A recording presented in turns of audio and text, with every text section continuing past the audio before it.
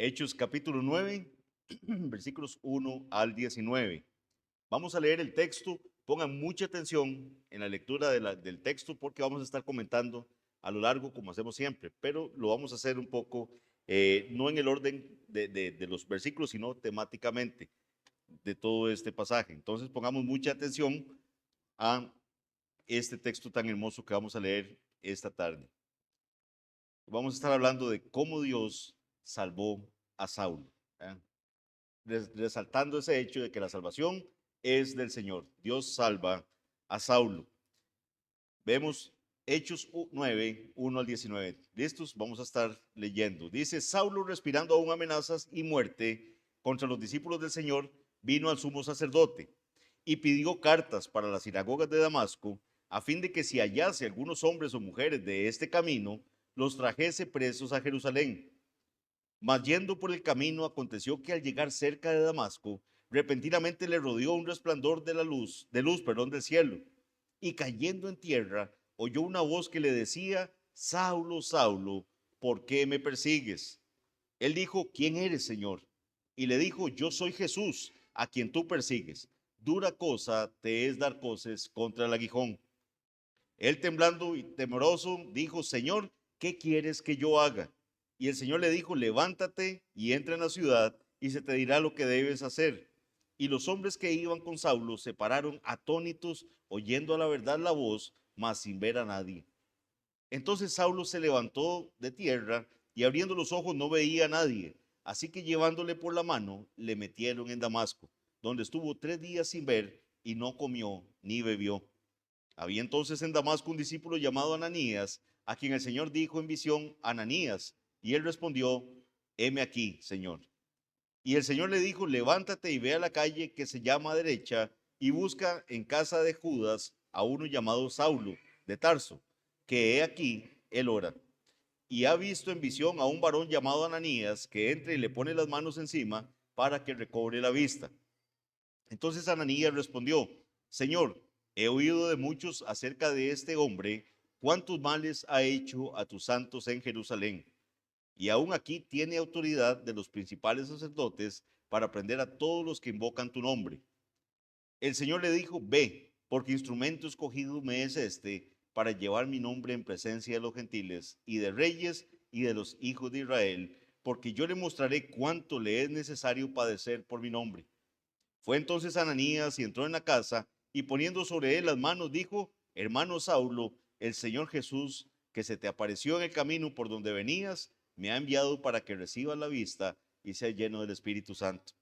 Y al momento le cayeron de los ojos como escamas y recibió al instante la vista y levantándose fue bautizado. Y habiendo tomado alimento recobró fuerzas y estuvo Saulo por algunos días con los discípulos que estaban en Damasco.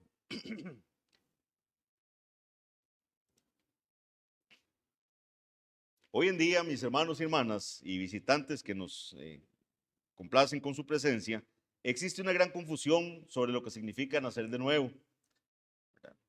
Todos debemos tener claro qué constituye la verdadera conversión. Es algo que deberíamos tener bien presente, qué significa que alguien es convertido, que alguien sea convertido. Para estar seguros de nuestra propia conversión también. Necesitamos saberlo para cuando hablemos con otros sobre asuntos espirituales, ya que claramente no todos los que profesan nacer de nuevo son verdaderamente salvos. En nuestro estudio de los Hechos, del libro de los Hechos, llegamos al primero de los 3 relatos de la conversión de Saulo de Tarso. Vamos a ver en lo que estamos estudiando el libro de los Hechos. Esta es la primera vez que se nos va a narrar la conversión de Saulo, pero van a haber 2 más. Y vamos a estar retomando este tema cada vez que lleguemos ahí. Saulo de Tarso es quien más adelante va a ser conocido como el apóstol Pablo. Por si usted no lo sabía, esta conversión de Saulo nos habla de la conversión del apóstol Pablo. Muchos consideran su conversión como la segunda prueba más convincente de la verdad de la fe cristiana después de la resurrección de Cristo. Y así de fuerte es eso, que muchos lo consideran como un hecho tan trascendental, esta conversión de Saulo de Tarso, y vamos a ver por qué. Si este opositor de Jesucristo realmente se convirtió en el más ardiente defensor del cristianismo, esto tiene que exige una explicación. ¿Cómo es posible que este perseguidor de la iglesia pasara a ser luego un defensor férreo del cristianismo? ¿por qué lo haría y luego soportaría el terrible sufrimiento que atravesó a menos que estuviera convencido de que Jesucristo había resucitado de entre los muertos? A través del Espíritu Santo, Lucas vio la conversión de Pablo como un acontecimiento decisivo. De lo contrario, no habría repetido 3 veces la historia de su conversión. Veamos algunas lecciones espirituales de esta historia. Lo que vamos a estar viendo hoy, lecciones espirituales que vemos a partir de esta historia.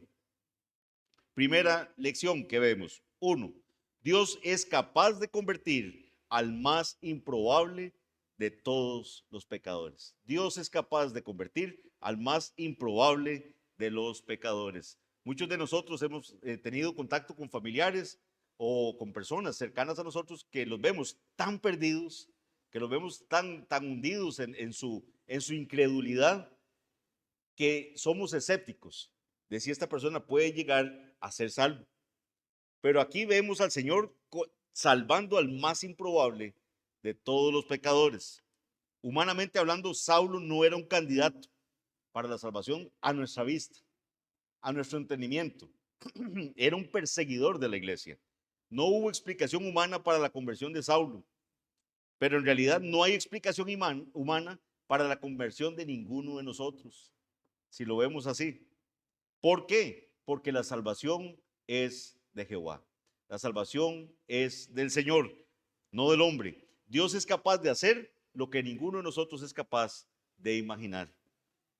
En el versículo 1, vean que nos dice claramente que Saulo, respirando aún amenazas, él está airado contra la iglesia, respirando aún amenazas, y muerte, dice, contra los discípulos del Señor, vino al sumo sacerdote. Lucas afirma que Saulo todavía respiraba de estas amenazas contra los discípulos. Era un hombre consumido por las ganas de erradicar a los seguidores de Jesús de la tierra. Él no quería que ese movimiento se diera más. No fue suficiente que hubiera disuelto la iglesia en Jerusalén después de la muerte de Esteban. Recordemos que él consiente en la muerte de Esteban. Él está ahí y las ropas de los que están apedreando a Esteban fueron puestas a sus pies. Y él consintió en la muerte de Esteban.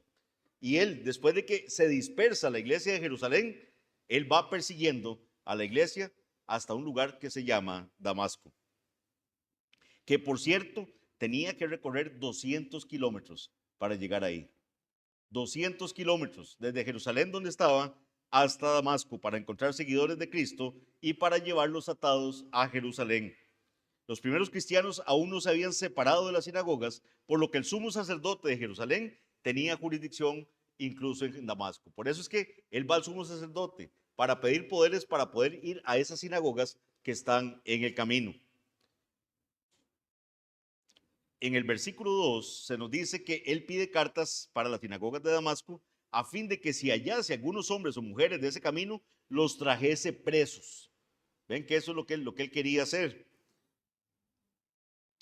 Para mostrar la crueldad del sentimiento de Saulo, Lucas menciona que perseguía tanto a hombres como a mujeres.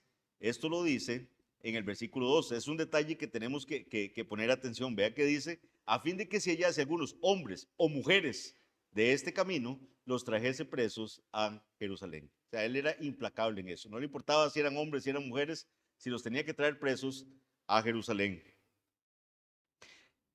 Obviamente, ¿verdad? Que si pensamos en estas mujeres, eran mujeres que tenían hijos también, algunas de ellas, ¿verdad? Entonces a Saulo no le va a importar eso para traerlas presas.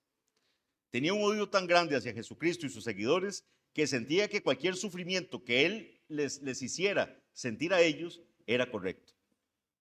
Saulo era celoso de la ley de Moisés y a su criterio estos seguidores de Jesús lo que estaban haciendo era difundir una herejía. Pero en ese momento dice que una luz brillante del cielo brilla alrededor y todos caen al suelo. Saulo oyó una voz que decía, Saulo, Saulo, ¿por qué me persigues? Los otros hombres oyeron una voz, pero según vamos a ver cuando lleguemos al capítulo 22 de Hechos, ellos no entendieron lo que decían. Ese es un aspecto que nos va a sumar el capítulo 22. Dice, lo van a leer en sus casas, 22:9, dice, pues ellos no podían entender lo que decía la voz. En el versículo 5 vemos cómo en la conmoción en la que están Saulo responde, ¿quién eres, Señor? ¿Quién eres? Él escucha la voz que le está hablando y él dice, ¿quién eres, Señor? Sabía que era Dios quien hablaba, pero no estaba preparado para lo que escuchó a continuación. ¿Qué le responde esa voz? Yo soy Jesús. Yo soy Jesús, a quien tú persigues.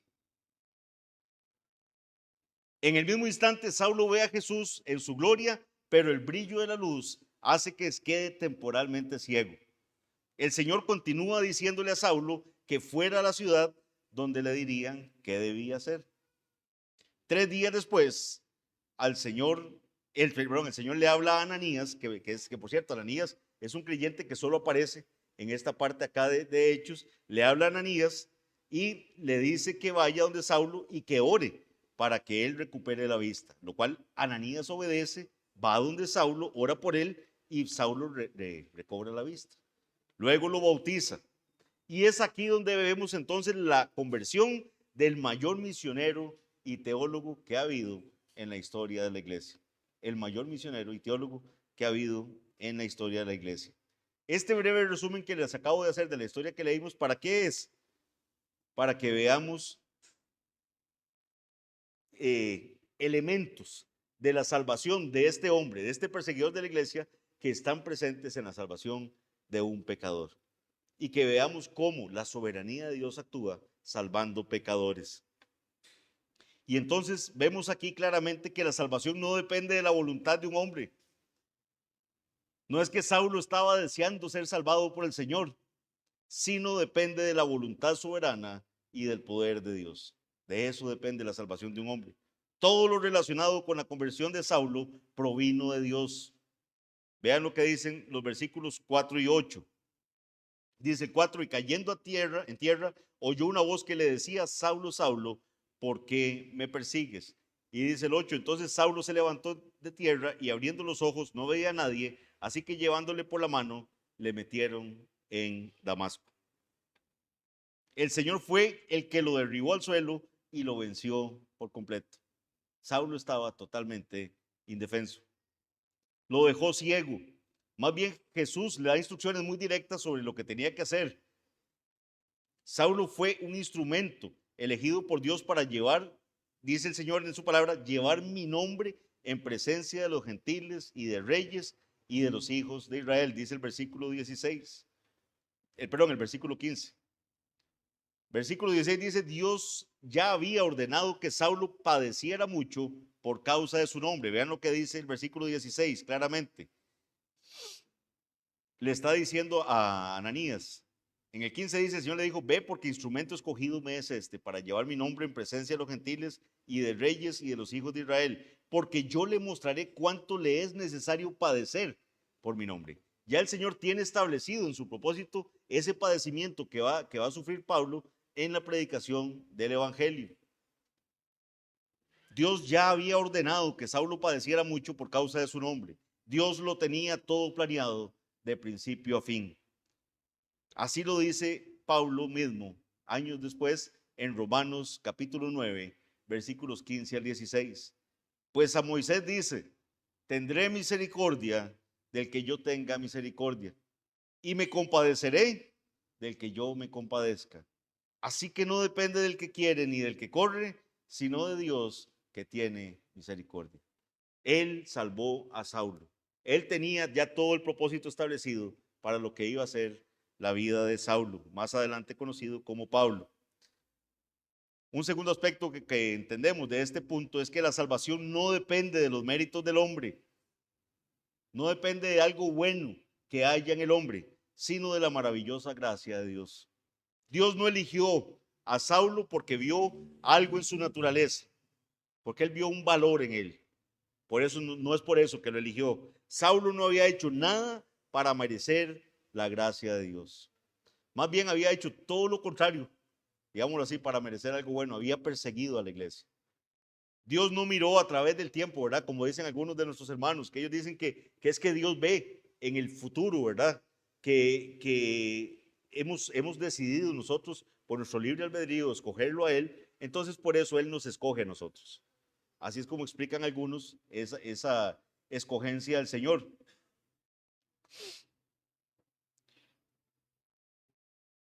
Eso haría que la elección de Dios dependiera de algo bueno en el hombre, es decir, de su sabia elección, de su fe o de su potencial.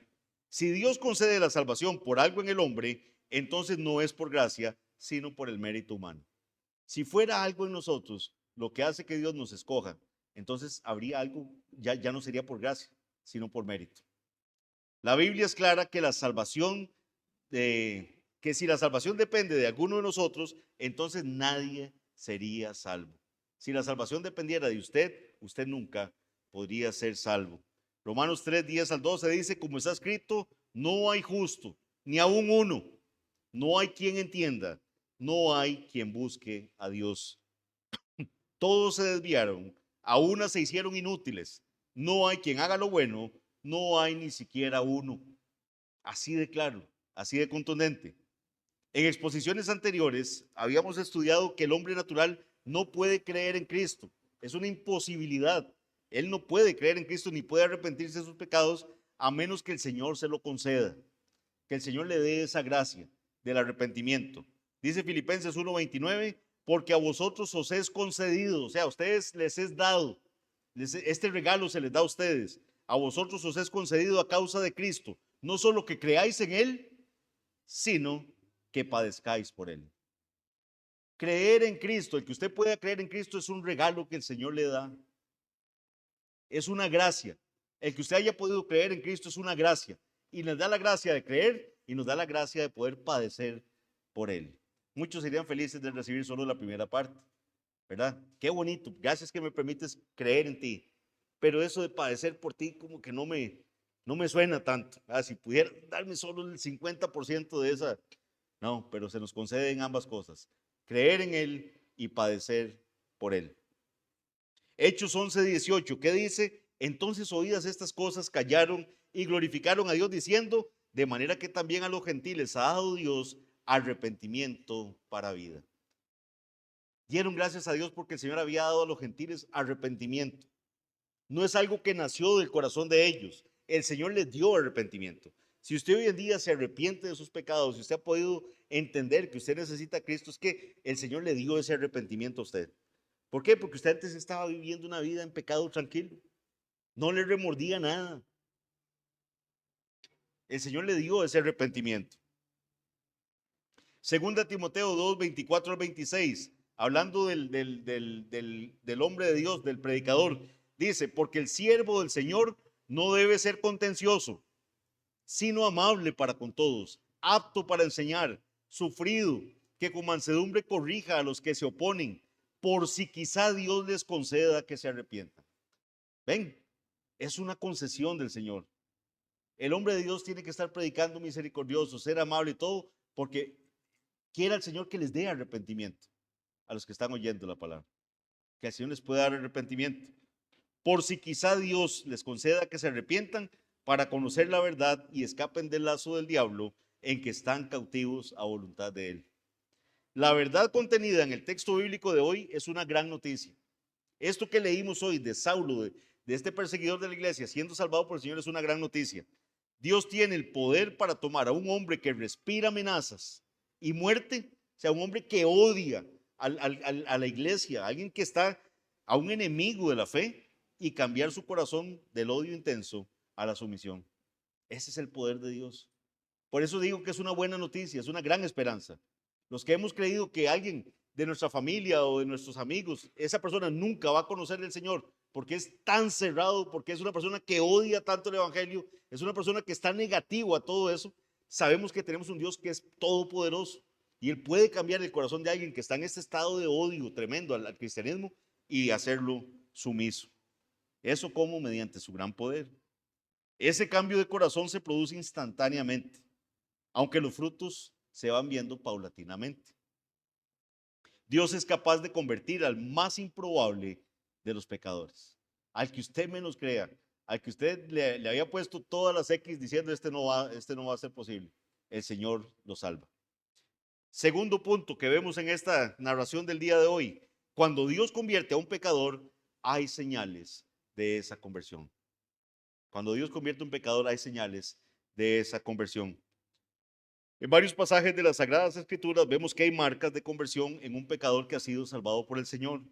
Por ejemplo, 1 Corintios 6, del 9 al 11, escrito por Pablo, también por cierto, nos dice lo siguiente: ¿no sabéis que los injustos no heredarán el reino de Dios?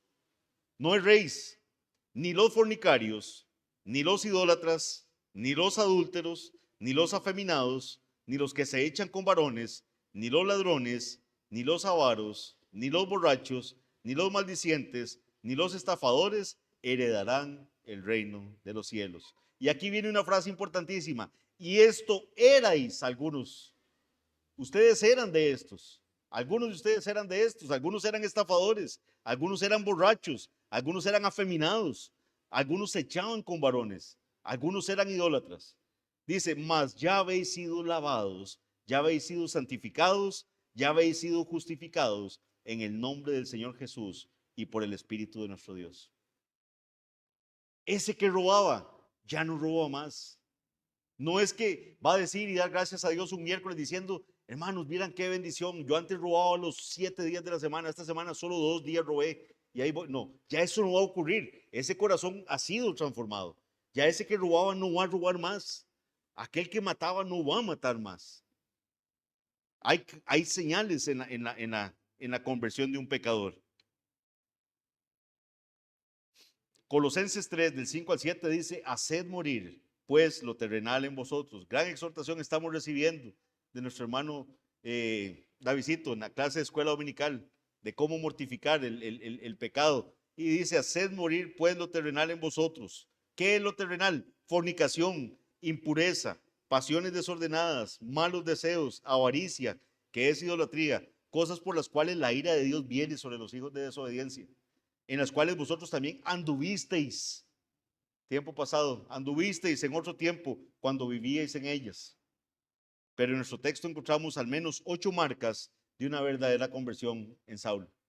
En el texto que acabamos de leer vamos a destacar al menos 8 marcas de una verdadera conversión en Saulo de Tarso. Primera marca que vemos: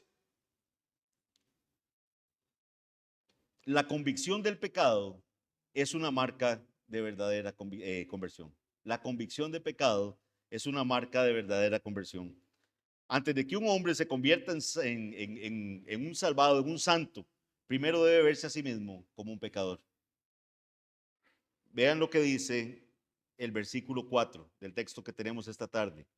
Y cayendo en tierra oyó una voz que le decía: Saulo, Saulo, ¿por qué me persigues? ¿Por qué me persigues?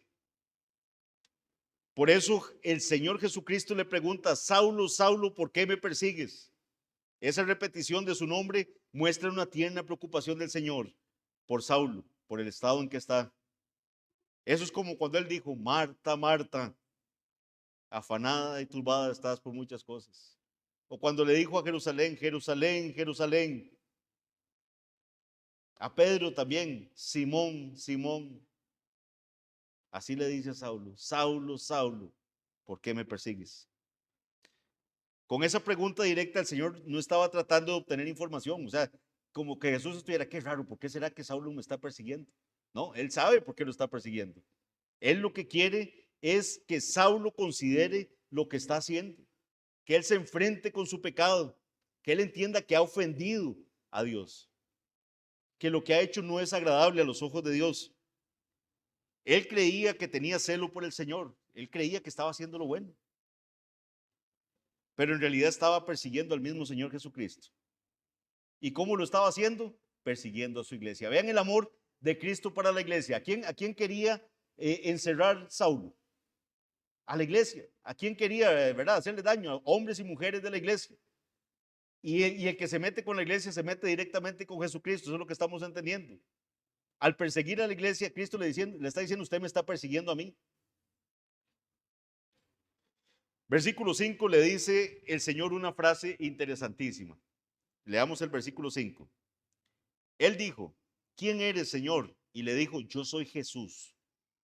Entendamos que aquí Jesús, ya de verdad resucitado, ascendido al cielo, se le aparece a Saulo, ¿verdad? Y le dice que es Jesús el que está apareciéndole a Saulo.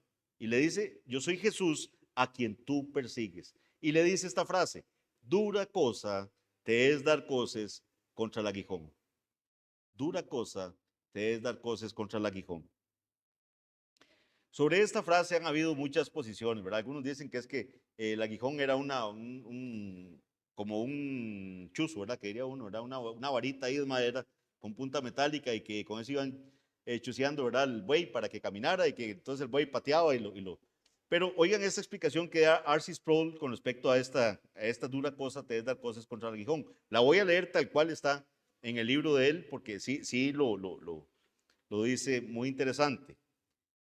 Dice así, en el mundo antiguo, cuando se usaban bueyes para tirar carretas, a veces los bueyes se ponían tercos, tal como las mulas, y el boyero les daba un latigazo en el lomo para que se movieran.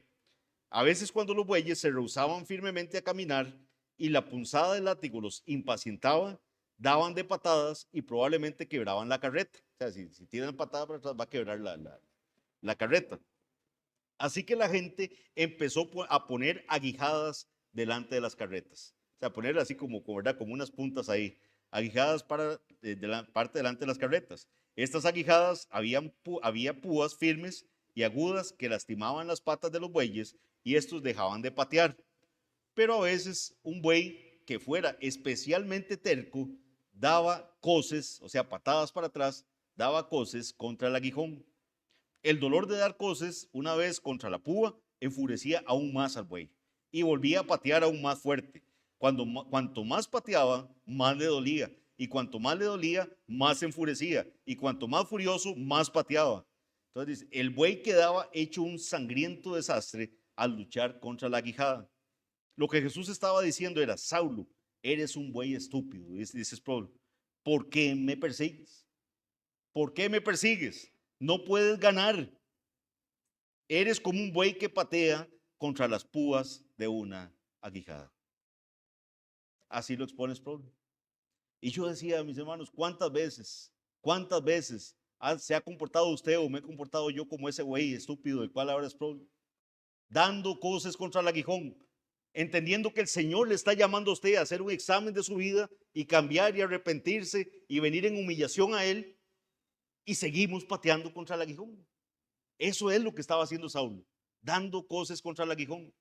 Y con la vida tan rebelde que llevamos a veces, de que queremos que nuestra voluntad sea la que sea hecha y no la del Señor, eso es lo que estamos haciendo.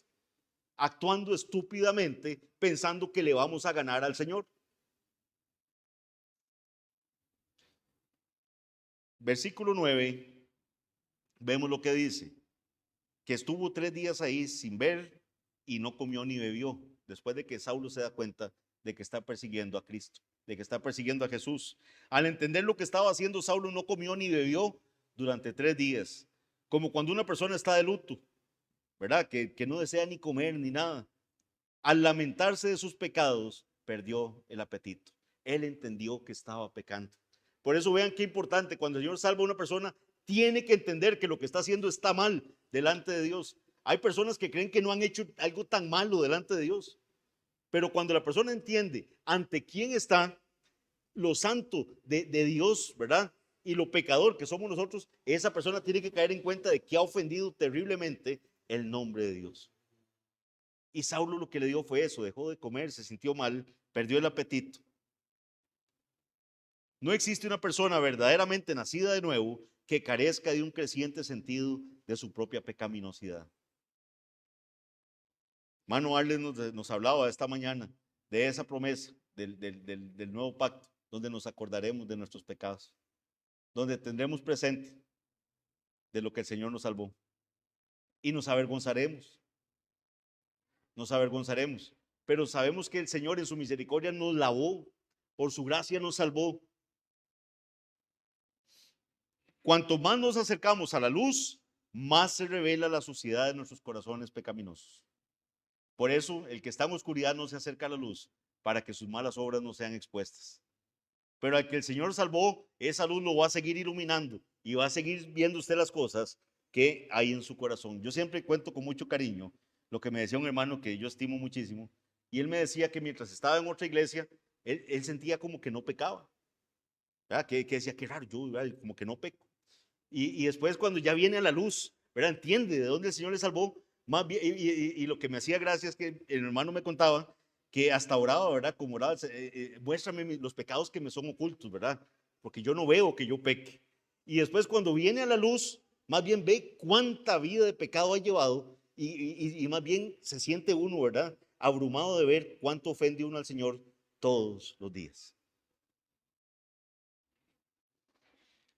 Otra marca que vemos en la salvación de Saulo aquí, de cómo el Señor salvó su vida, es que la humildad es una marca de una verdadera conversión. La humildad es una marca de una verdadera conversión. El orgullo es la raíz de un montón de pecados en nuestra vida. Si hay algo terrible con lo que tenemos que luchar todos los días, es el orgullo. Un pecador, al igual que el Señor, un pecador al cual, perdón, el Señor ha salvado, no se puede jactar de su propia justicia, ni pensar que sus buenas obras lo recomendarán ante Dios. Saulo salió furioso hacia Damasco con autoridad para arrestar a los cristianos. Tenía poder para hacerlo, pero después de que el Señor lo hirió, tuvo que ser llevado de la mano a la ciudad. Un hombre poderoso sale a la casa de cristianos y después tiene que ser metido en una ciudad de la mano porque ni siquiera puede ver. El Señor le humilló. Al principio fue independiente y fuerte, después fue dependiente y débil. Nadie se jacta de sí mismo, nadie que se jacta de sí mismo confía verdaderamente en Cristo para la salvación. Tenemos que entender que somos totalmente insuficientes por nosotros mismos. Sin duda el Señor usó a Ananías para enseñarle a Saulo la humildad. Vean que Ananías ni siquiera sabemos mucho de él, pero el Señor lo usa para ayudar a Saulo a salir de esa situación de orgullo en la que se encuentra. Enseñarle humildad. Saulo había sido educado con el gran maestro Gamaliel. Eso lo vamos a ver, ¿verdad? Más adelante. Pero ahora Dios dispone que Saulo reciba la vista usando la oración intercesora de un siervo prácticamente desconocido. La humildad no es opcional. Todos los que son verdaderamente salvos reconocerán libremente su propia pecaminosidad y darán toda la gloria de su salvación solo a Dios. Nada más. Otra señal que vemos en esta salvación, en esta conversión de Saulo, es el reconocimiento y la obediencia del señorío de Cristo. Esto como una señal de la verdadera conversión. El reconocimiento y la obediencia al señorío de Cristo. Saulo pregunta a la luz que se le aparece, ¿verdad? Esa voz que escucha, ¿quién eres, Señor? Recibe una respuesta inmediata, yo soy Jesús, a quien tú persigues. Saulo se da cuenta en ese instante que Jesús está vivo. ¿Por qué? Porque él creía que había muerto. Saulo se había quedado con la historia de que había habido un maestro que habían matado tiempo atrás y que ahora sus seguidores estaban difundiendo esa mentira de que había resucitado. Se da cuenta de que Jesús sí está vivo, como lo habían afirmado sus seguidores, como lo había afirmado Esteban, a quien él consintió en que se apedreara. También reconoció para su horror que Jesús no solo está vivo, sino que está exaltado en el trono de Dios Padre. Su resurrección lo confirmó como el Mesías de Israel y Señor de toda la tierra. Cuando Saulo escucha a Jesús ya resucitado y exaltado, Jesús le dice a Saulo, levántate y entra en la ciudad y se te dirá lo que debes hacer. ¿Y qué hace Saulo? Se levantó y entró en la ciudad, obedeció al Señor. Después de que Ananías oró por él y recuperó la vista, ¿qué es lo primero que hace Saulo? Vean lo que dicen los versículos 18 al 19. Dice, y al momento le cayeron de los ojos como escamas. Saulo estaba ciego. Se le hicieron hasta algunas escamas ahí de la luz tan fuerte que él percibe, ¿verdad? En ese encuentro. Dice que ora y se le cayeron de los ojos como escamas y recibió al instante la vista. ¿Y qué es lo que hace? Dice, y levantándose, fue bautizado. Vean qué interesante. Tenía 3 días de no comer ni beber nada. Oran por él, es sano y lo primero que hace es bautizarse. Es lo primero. Que es interesante también. ¿Por qué hay creyentes que tardan tanto en eso? ¿Verdad? Porque hay creyentes que si el Señor les salvó, no está ese deseo grande de dar ese testimonio delante de la iglesia. Decir, mire, el Señor me salvó. Yo era un pecador, estaba muerto en mis delitos y pecados y el Señor me dio vida cuando yo estaba muerto. Y levantándose fue bautizado, dice el 19, y habiendo tomado alimento, recobró fuerzas. Se bautizó primero antes de comer. O sea, la necesidad imperante de él en ese momento era ser bautizado. ser bautizado. Solo después de eso comió. Todo aquel que está verdaderamente convertido reconoce la autoridad de Jesucristo y busca vivir en obediencia a Él, sin importar el costo. Otra marca que vemos acá de una conversión genuina en Saulo es que una transformación de la ceguera a la vista espiritual, vemos acá, una transformación de la ceguera, a la vista espiritual es una marca de una verdadera conversión. Pablo comenzó el viaje viendo físicamente, con buena vista, viendo todo bien, pero ¿cómo estaba? Ciego espiritualmente. Él veía físicamente, pero estaba ciego espiritualmente. ¿Cómo termina ese viaje? Ciego físicamente, pero viendo espiritualmente. El Señor le ciega su vista física, con la que sí contaba, pero no tenía vista espiritual, pero se la da después. Vean qué bonita ese juego ahí de palabras. Lo que antes creía ver, ya no lo veía. Lo que antes no veía, ahora sí lo ve. Así como Jonás estuvo 3 días en el vientre del gran pez, así Saulo estuvo 3 días en la oscuridad. Cuando las escamas se le caen de los ojos, vio todo bajo una nueva luz, la luz del conocimiento de la gloria de Dios en Cristo. Toda persona verdaderamente convertida puede decir, una vez pensé que veía. Yo creí que antes veía, pero estaba ciego. Ahora por la gracia de Dios ya puedo ver. Eso fue lo que dijo el ciego. Yo una sola cosa sé, que antes no veía y que ahora veo. Saulo tenía la misión de destruir al pueblo del Señor, pero ahora depende de Ananías, que es parte del pueblo del Señor, para recuperar la vista. Después de recibir la confirmación que necesitaba del Señor, Ananías va hacia Saulo y lo saluda como, dice el versículo 17. Vean lo que dice. Fue entonces Ananías y entró en la casa y poniendo sobre él las manos dijo, hermano Saulo. Hermano Saulo, el Señor Jesús, que se te apareció en el camino por donde venías, me ha enviado para que recibas la vista y sea lleno del Espíritu Santo. Qué bonito le debió haber sonado a Saulo esas palabras, ¿verdad? Después de ese momento que está viviendo, después de esa situación en la que está, justo antes de ese momento era el enemigo número 1 de la iglesia, pero después de que Dios lo transformó, inmediatamente se convierte en el hermano Saulo. El hermano Saulo. Yo me acuerdo que una de las cosas lindas que recuerdo con gran amor de la iglesia, de los años 80, cuando empecé a asistir a la iglesia, es eso, oír a la gente llamarse hermano. Mi hermano Richard, mi hermano Arles, mi hermana Gina.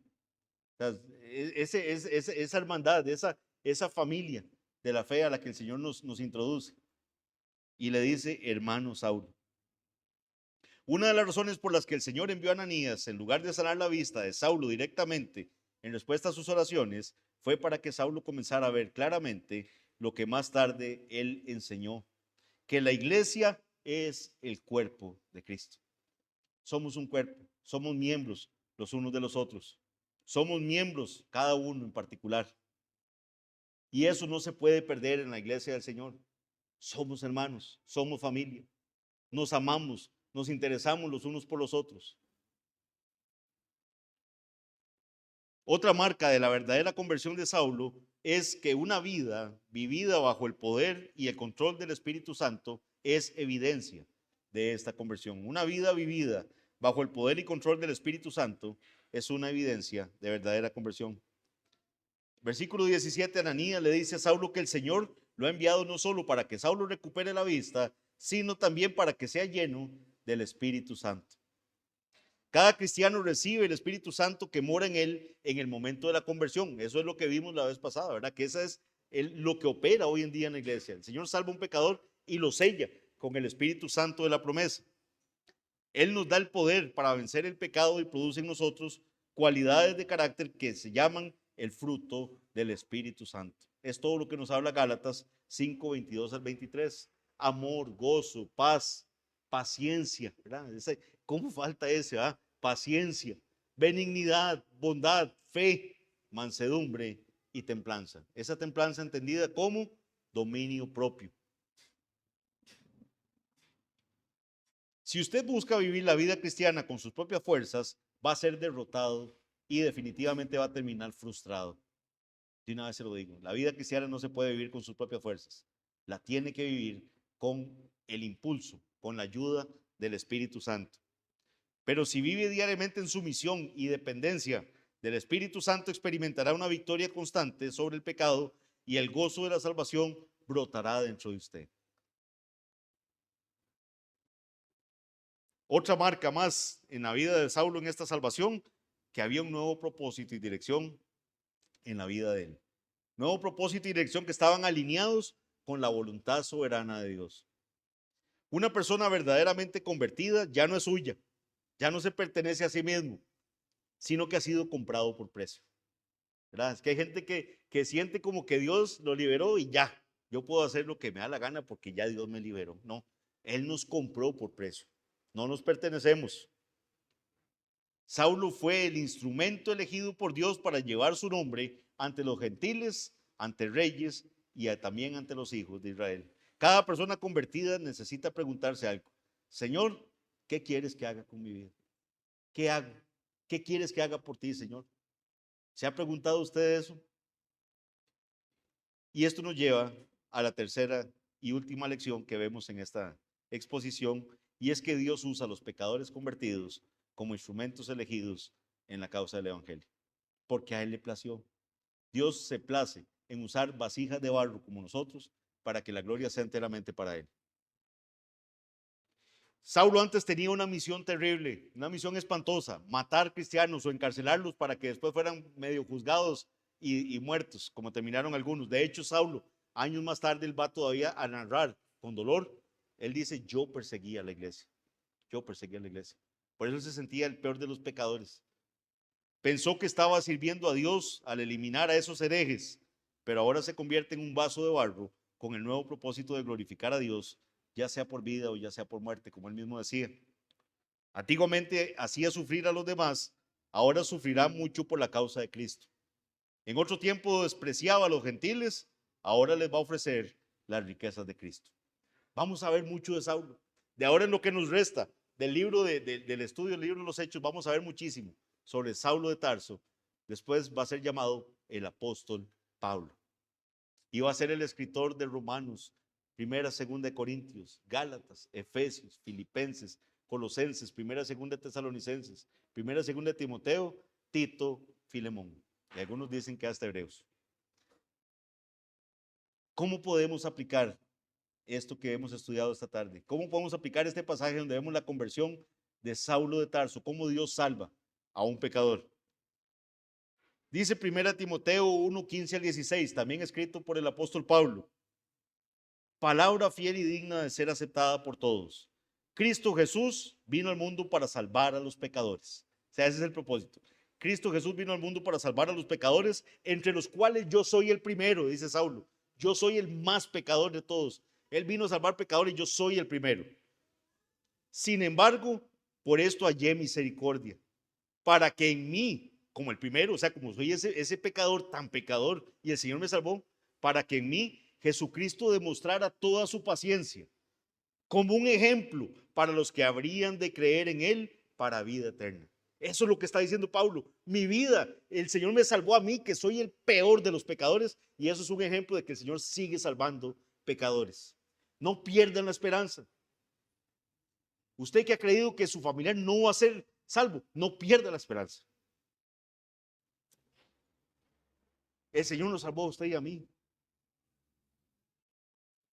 No lo merecíamos. Ese es el poder de la salvación del Señor. Él salva pecadores. Entonces la conversión de Pablo o de Saulo, ¿verdad? Hasta este momento es un ejemplo para todos nosotros. Así es como Dios salva pecadores. Es un ejemplo del hecho de que nadie está demasiado perdido para que el gran poder de Dios pueda salvarlo. Es un ejemplo de lo que Dios puede hacer cuando se apodera de una vida. Es un ejemplo para animarnos y a orar. Animarnos a orar, no desmayar. ¿Qué tanto estamos clamando por la salvación de nuestros familiares? ¿Qué tanto estamos clamando por la salvación de nuestros amigos? ¿Qué tanto estamos haciendo lo que veíamos hoy en la mañana en la lectura? Yo sé cuántos pusieron atención. Los apóstoles les dicen unos griegos que quieren conocer a Jesús y se van ellos y los traen para que conozcan a Jesús. Si usted no se siente todavía capaz de comunicar el evangelio, llámelos, que vengan a oír, tráigalos a la iglesia, que vengan a escuchar.